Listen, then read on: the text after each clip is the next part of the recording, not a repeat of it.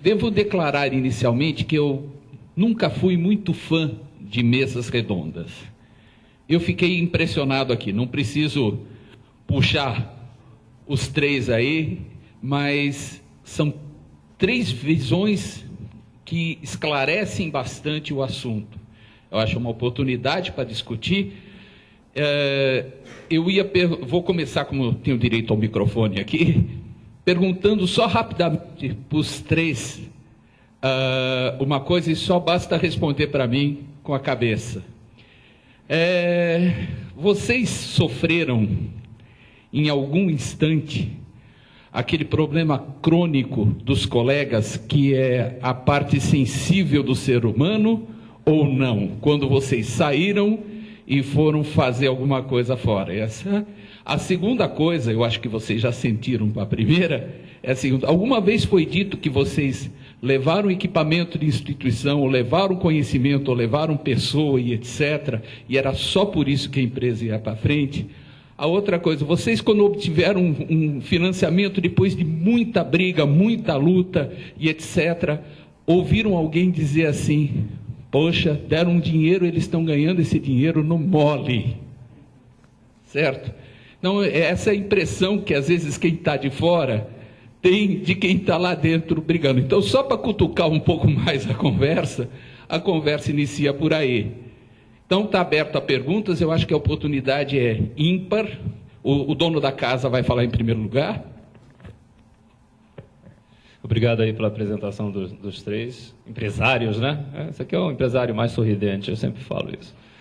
Nessa mesa redonda, que é virtual, na verdade, ele não gosta de mesa redonda, por isso que ele não botou mesa nenhuma.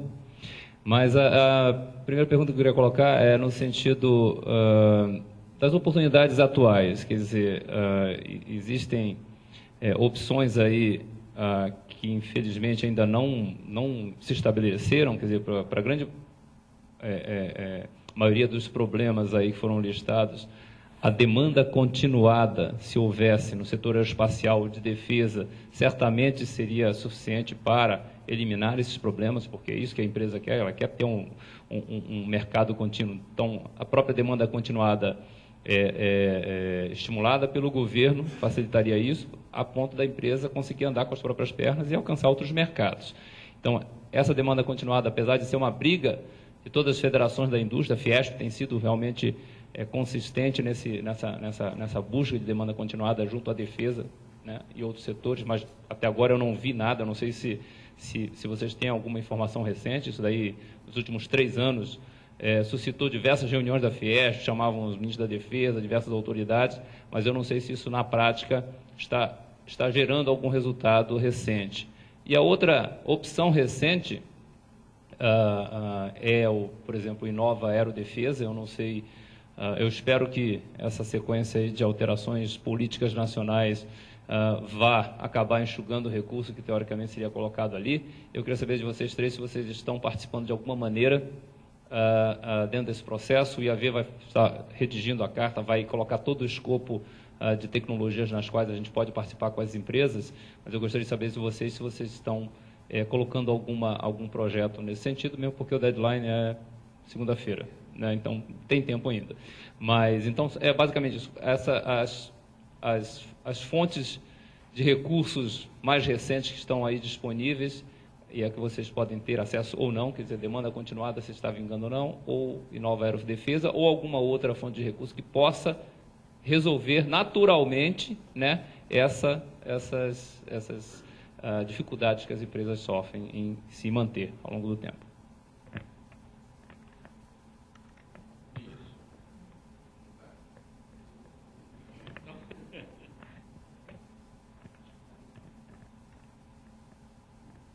Não, certamente que a manutenção de uma carga, né, de trabalho, de contrato, é o que se almeja.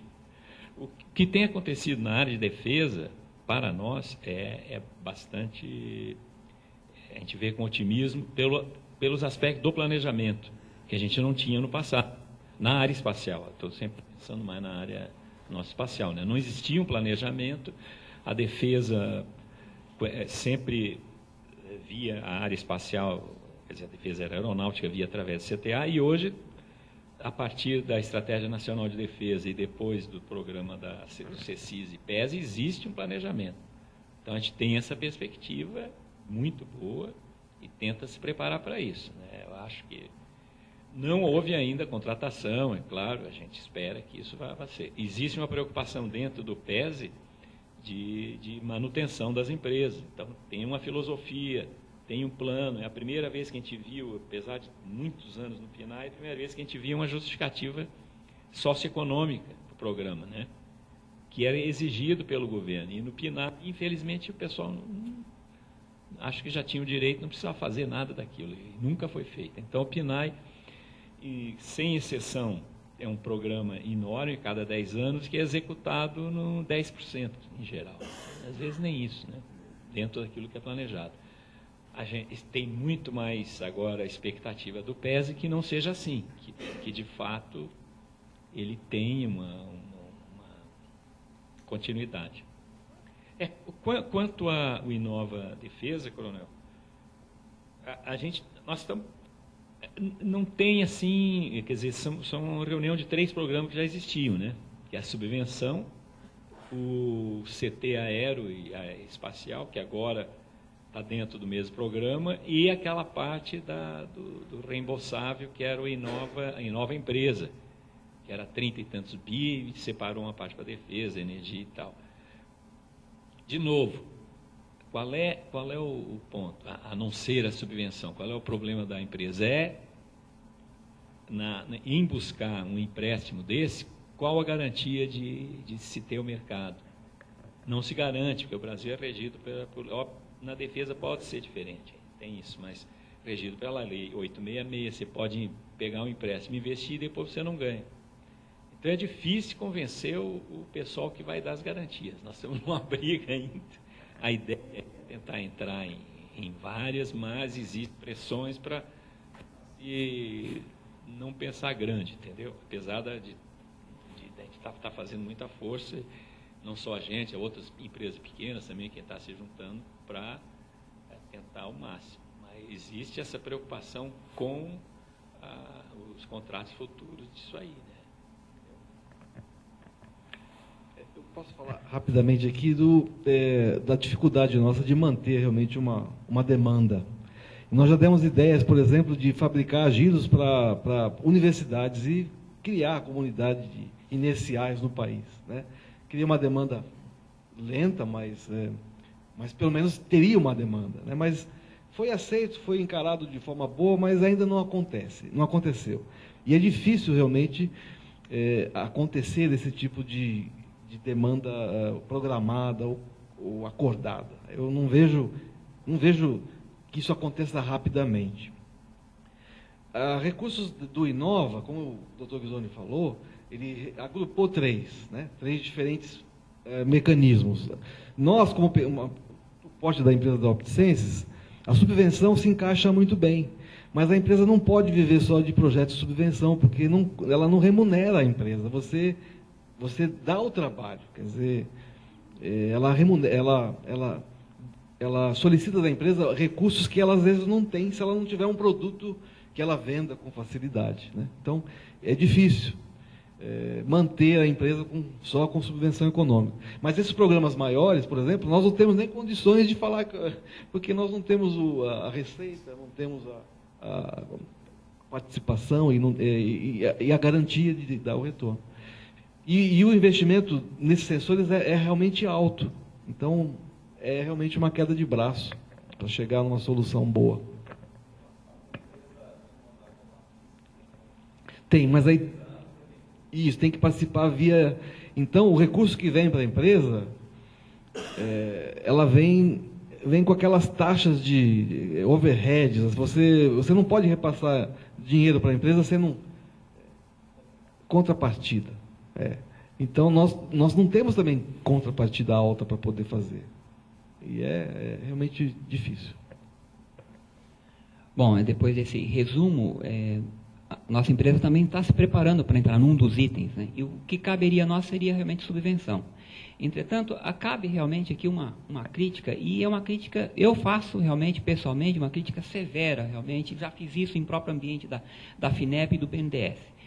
Mesmo subvenção, eles fazem as exigências, não é para uma pequena empresa, é para uma empresa que já ganha, que já fatura 16 milhões para cima, é isso em primeiro lugar. Ou então você tem que fazer parceria.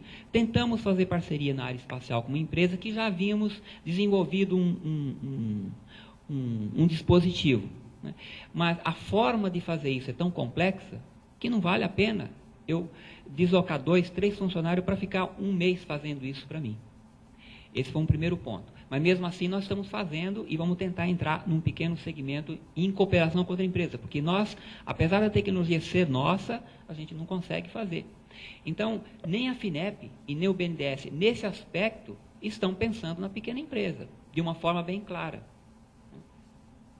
Então, a gente sente essa dificuldade, é um problema seríssimo. Eu já levei isso lá Quando saiu o edital, aliás, eu fiz um e-mail para um dos diretores lá, e dizendo, isso não é possível uma coisa dessa. Isso, para mim, é um lobby. Acabou piorando a situação, porque... E, aliás, eu citei um exemplo anterior, né, que foi um programa que lançado pelo BNDES e FINEP de 3 bilhões de reais para a área do pré-sal, né, onde quem podia participar era só empresas média para grande. Ou seja, tiram toda a sabedoria do povo brasileiro para entregar para o povo estrangeiro. Para mim é só isso. E não pude participar, apesar de eu ter tecnologia de perfuração hoje de solo, né, que estão me imitando. Eu já estou sabendo que já existem 2 empresas, uma americana e outra neozelandesa, que estão tentando fazer o meu protótipo, porque eu patenteei no Brasil, mas não consegui patentear lá fora, né? O custo de uma patente dessa é muito elevado. Para você ter uma ideia, eu tenho 2 patentes internacionais, uma custou para mim $240 mil, e a segunda agora já está em $240 mil e está ainda no 9º ano de... Então, o que nós vamos fazer aqui no nosso país? Então, por isso que eu digo, tem que haver uma mudança bastante séria, né? Então, ou então, né, que quem seja realmente, tenha pessoas lá na FINEP, do BNDES, etc., que tenha passado por essa dificuldade que nós temos. Então, a sua pergunta é muito oportuna, porque coloca realmente de frente um problema que nós temos hoje. Realmente, a pequena empresa, que é o grande esteio dos países desenvolvidos, aqui não são.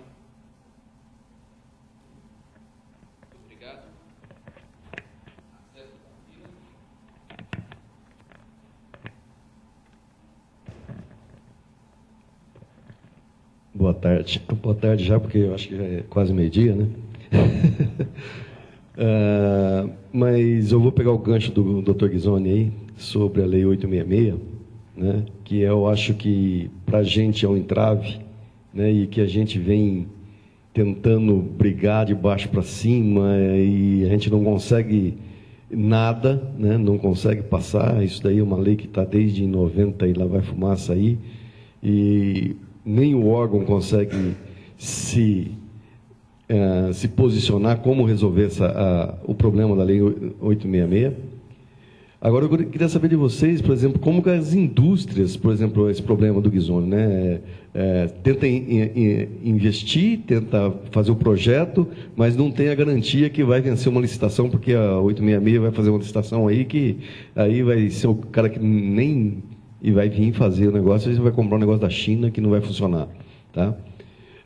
Eu queria saber se o setor da indústria, né, o pequena, o média, como que se posiciona perante essa lei e se está fazendo alguma pressão, segundo o governo, para tentar que isso seja, de uma maneira, diferenciado para o setor de inovação, tecnologia, né, que não, ela é totalmente descabida para esse tipo de setor.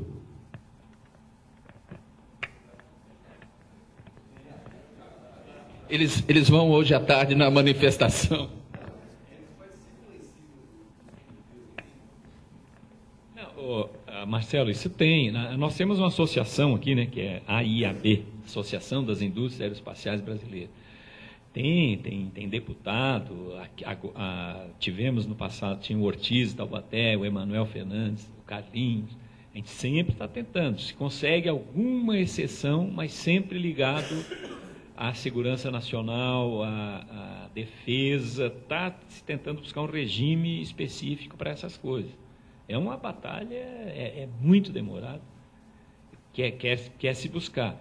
A lei de inovação, quando saiu, né, a lei do bem, aparentemente ela ia permitir, mas depois ela nunca foi de fato implementada, né? A aplicação é complicada e, pior ainda, a Receita não reconhece muito.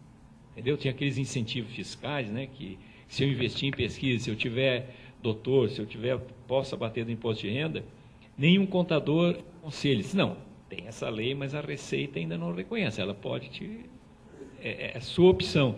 Como não é muito ainda, vamos parar por aí. Então, a regulamentação leva muito tempo. Existe iniciativa, não é só a gente aqui, a Fiesp, todo mundo tem. E iniciativa com um representante, né, da região, representante do setor aeroespacial sempre foi representado aqui por deputados da região. Mas não é...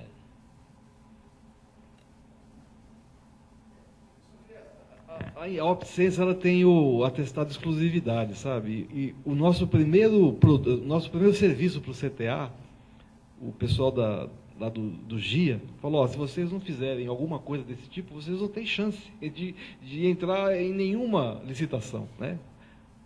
Todos os termos previstos lá, a gente não se enquadrava em nenhum. E isso, para mim, foi uma surpresa agradável quando nós fomos ver isso e realmente conseguimos isso. Demorou meio ano e nós conseguimos. Mas não é fácil conseguir esse atestado, não sei se... Isso, é. Mas, assim, mas o trâmite também não é fácil, sabe? É bem complicado lá. Mas conseguimos e isso tem facilitado a forma de oferecer o serviço para o público. Sendo bem direto, Marcelo, eu conversei com várias pessoas e todas as pessoas do governo falaram, esquece essa briga porque não vai ser possível. Eu não sei até que ponto, né? Mas eu estive lá em Brasília contando mas fui lá reclamar, etc, e falar, bom, eu fui basicamente reclamar pelo produto médico, né, médico, odontológico, etc. E existia, parece, algumas brechas para buscar. Eu estive lá em Brasília e fui conversar. Primeiro fui conversar com um técnico MSTI para ir depois para o Ministério da Saúde, né? E eu parei no Ministério do MCTI, porque um dos aconselhos deles, de um grupo deles, não, mas isso daí a gente poderia fazer o seguinte, faça como eu, né? Ele é importador de luvas da China, o próprio funcionário do MCTI. Bom, não tem jeito. Qual que era o meu propósito, inclusive? Era tentar verificar, puxa, por exemplo, se o governo comprasse o meu produto, eu poderia, né, ter um furo aí, né? E hoje, por exemplo, se só os dentistas que trabalham no serviço público, que ganham serviço público, comprassem o meu produto, eu seria um milionário. Eu poderia estar ajudando N escolas hoje aí, que é o programa, na minha empresa, ela tem isso dentro do estatuto dela, onde ela, se for uma empresa extremamente lucrativa, ela vai aplicar uma parte dessa no que eu falei de básico mesmo, aqui, empreendedorismo básico mesmo, né? Então, mas não tem, o aconselhamento do pessoal público acha que isso é uma coisa inviolável, acha até engraçado, mas acho que a luta tem que continuar, né?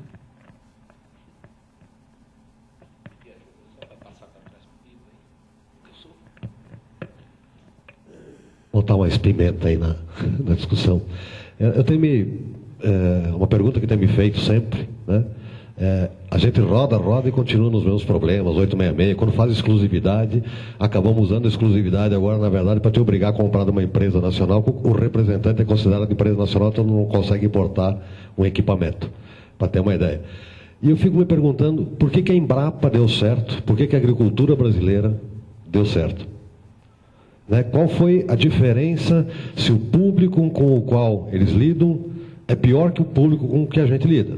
Boa parte dos agricultores tem uma formação média abaixo do que tem na indústria, né? E alguém me deu uma resposta, a soja brasileira, o trigo, ela cresceu porque não tem o Instituto Brasileiro de Soja. O café foi para baixo, né?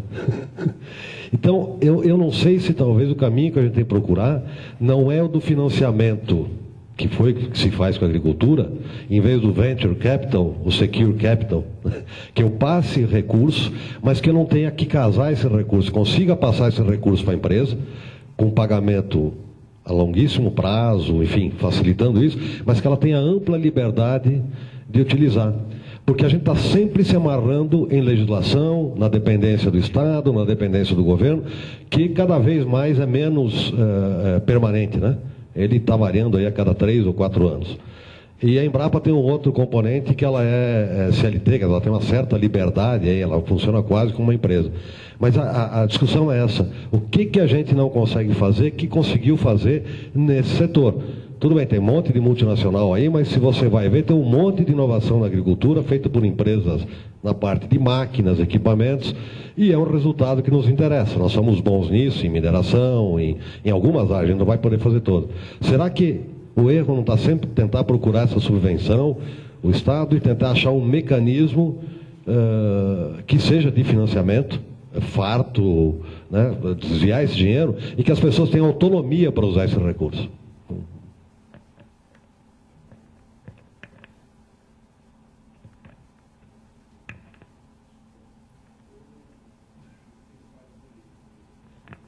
Horrível, foi muito bem colocado. Eu andei estudando um pouquinho. Primeiro, tem um problema cultural, né? O país é eminentemente agrícola, então nós temos mais experiência nisso. Então, a minha surpresa seria o contrário, se a gente tivesse melhor em outras tecnologias e não. Então, minha resposta começa por aí. A questão cultural favoreceu.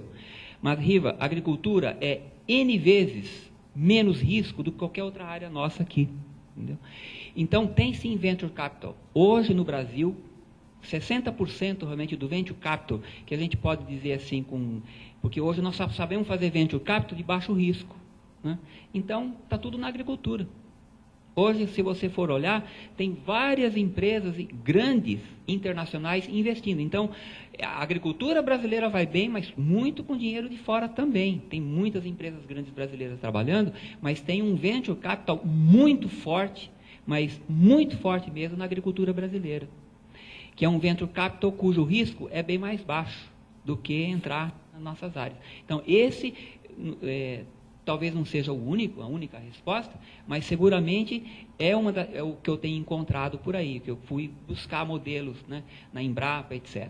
Depois, é outra coisa também, a Embrapa também é uma instituição que, pela própria cultura brasileira, ela nasceu antes, né, e cresceu antes e foi crescendo, porque foi o caminho natural. E teve também alguns pontos, né, bem determinantes na agricultura brasileira que marcou, né, alguns nomes importantes que fizeram uma política adequada e fez com que essa coisa cresceu. Mas, fundamentalmente, a minha resposta aqui está na cultura e no investimento realmente de capital de risco, quase de risco, né, que fez realmente crescer.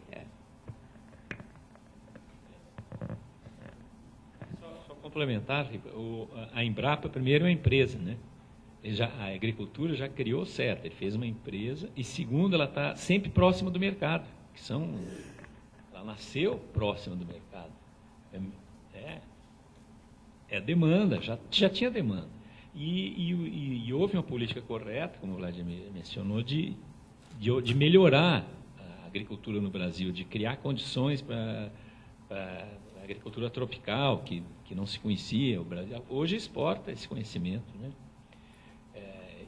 E mesmo nos estados, eu me lembro lá no interior de Santa Catarina, lá no Urubici, sempre tinha um técnico não era Embrapa, era uma entidade do estado, né? Não, mas é de Santa Catarina, né? Como é que era? A Caresc.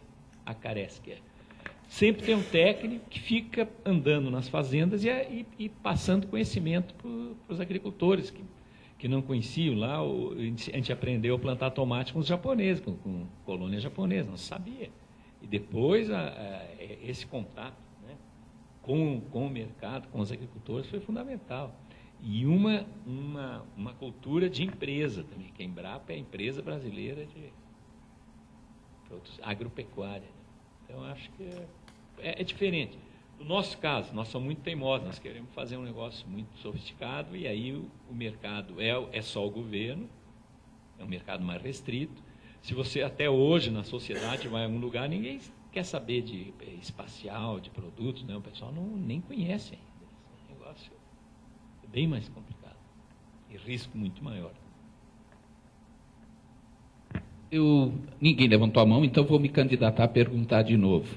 Eu, quando estou em banca de tese para... Tem? Tem, Chicão? Desculpe.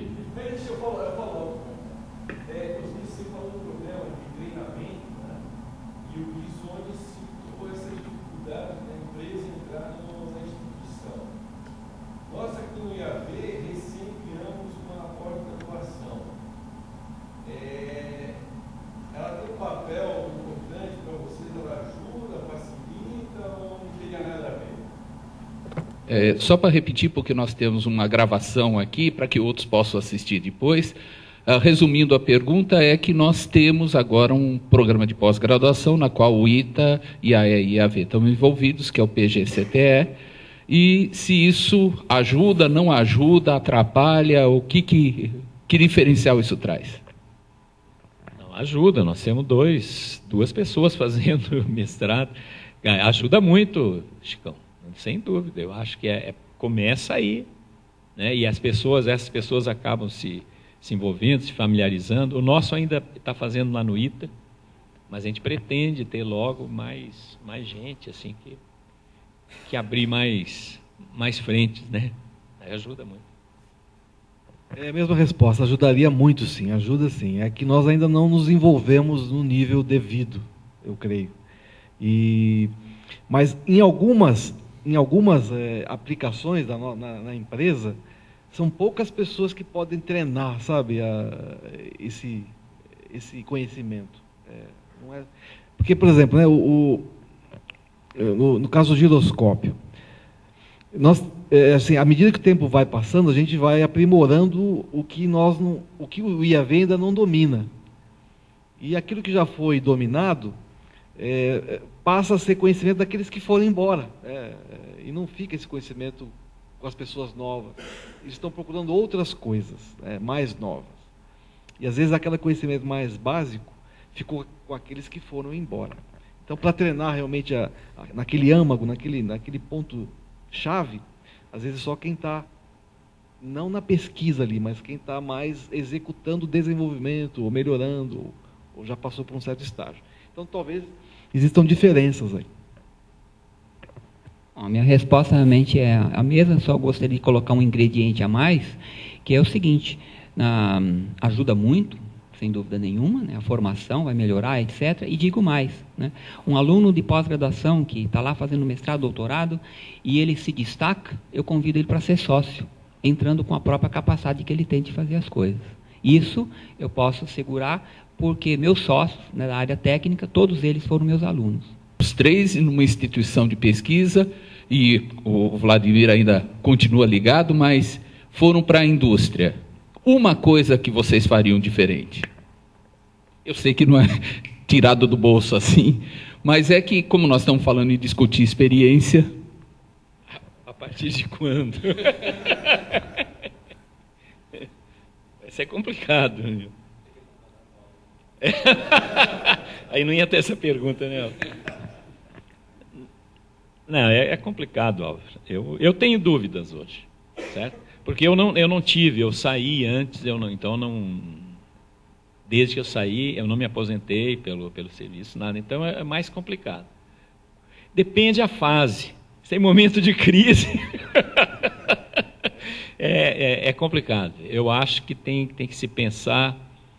Quando eu saí muito, muito voluntarioso e tinha uma perspectiva. Depois, após 4 anos a empresa que eu saí, fui e faliu. Aí foi um problema. Tive que voltar para cá, começar tudo zero. Mas não sei, eu faria quase a mesma com algumas correções, entendeu? Eu nunca pensei em ser empresário. Eu penso que ele me vê rindo às vezes e fala: "Bom, você está rindo de quê, né?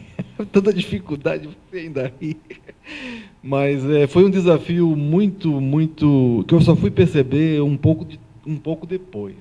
O nível da dureza que é estar do outro lado tentando fazer tudo. Porque lá a gente faz tudo, né? Até a compra, o pagamento, a limpeza, entendeu? Não dá para gastar com empregados e tudo mais, né? Para tudo como a gente tem aqui, né? Então a ficha caiu mais tarde e agora manter a bandeira alta é um desafio muito grande.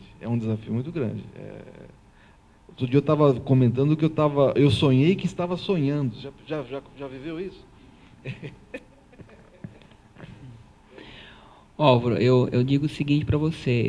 Naturalmente, eu pude tomar algumas decisões baseadas já em experiência de alguns amigos, inclusive do meu orientador, né, Ghisoni, que já havia vindo para a indústria.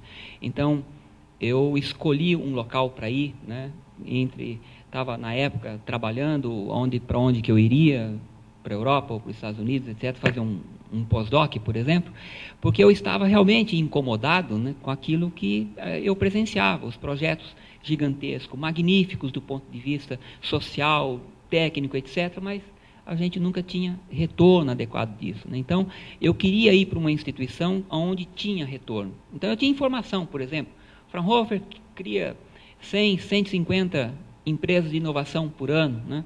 A NASA tinha lá o programa dela, lá, que só o projeto Apollo criou 5.800 empresas de inovação, gerando mais de 80 mil empregos, né, diretos.